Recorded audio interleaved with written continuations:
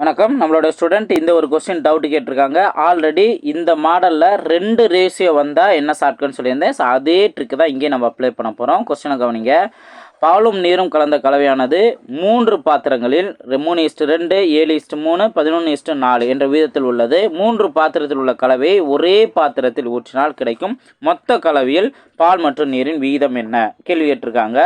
இப்போ 3 ratio note பண்ணுங்கள். 3:2, அடுத்து 7:3, நெக்ஸ்ட்டு 11:4.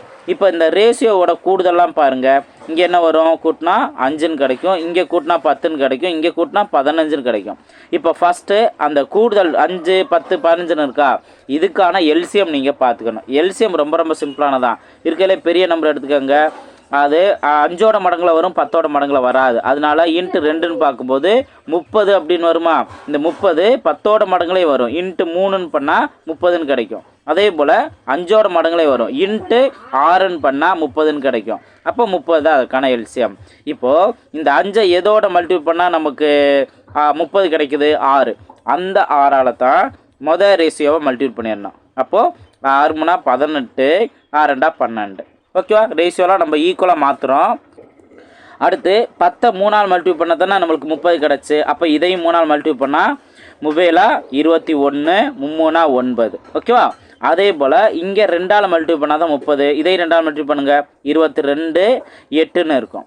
ஓகேவா? ரேஷியோவில் இருக்கிறது பால். ஓகேவா?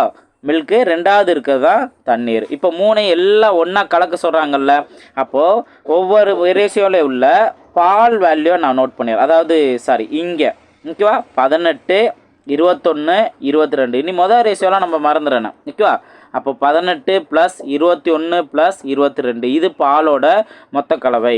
அதே போல் 2வது இருக்கிறது தண்ணீர் தானே, இது எல்லாத்தையும் ஆட் பண்ணுங்கள். 21 + 9 + 8. இப்போ எல்லாத்தையும் ஆட் பண்ணுவோமா? கூட்டினோம்னா 18 + 21, இங்கே 22. அப்போது 18, 22ஐயும் நம்ம ஆட் பண்ணால் 40ன்னு வரும்.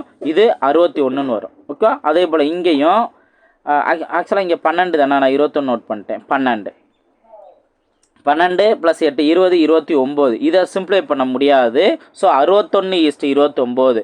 ஆப்ஷன் பி தான் அதற்கான சரியான ஆன்சர். புரிஞ்சுங்களா? ஸோ ஈஸியாக நம்ம ஆன்சர் கண்டுபிடிச்சிடலாம். ஸோ இதை நல்லா ப்ராக்டிஸ் பண்ணுங்கள். இந்த ஷார்ட்கட் உங்களுக்கு பிடிச்சிருந்தா லைக் பண்ணிட்டு பாருங்கள்.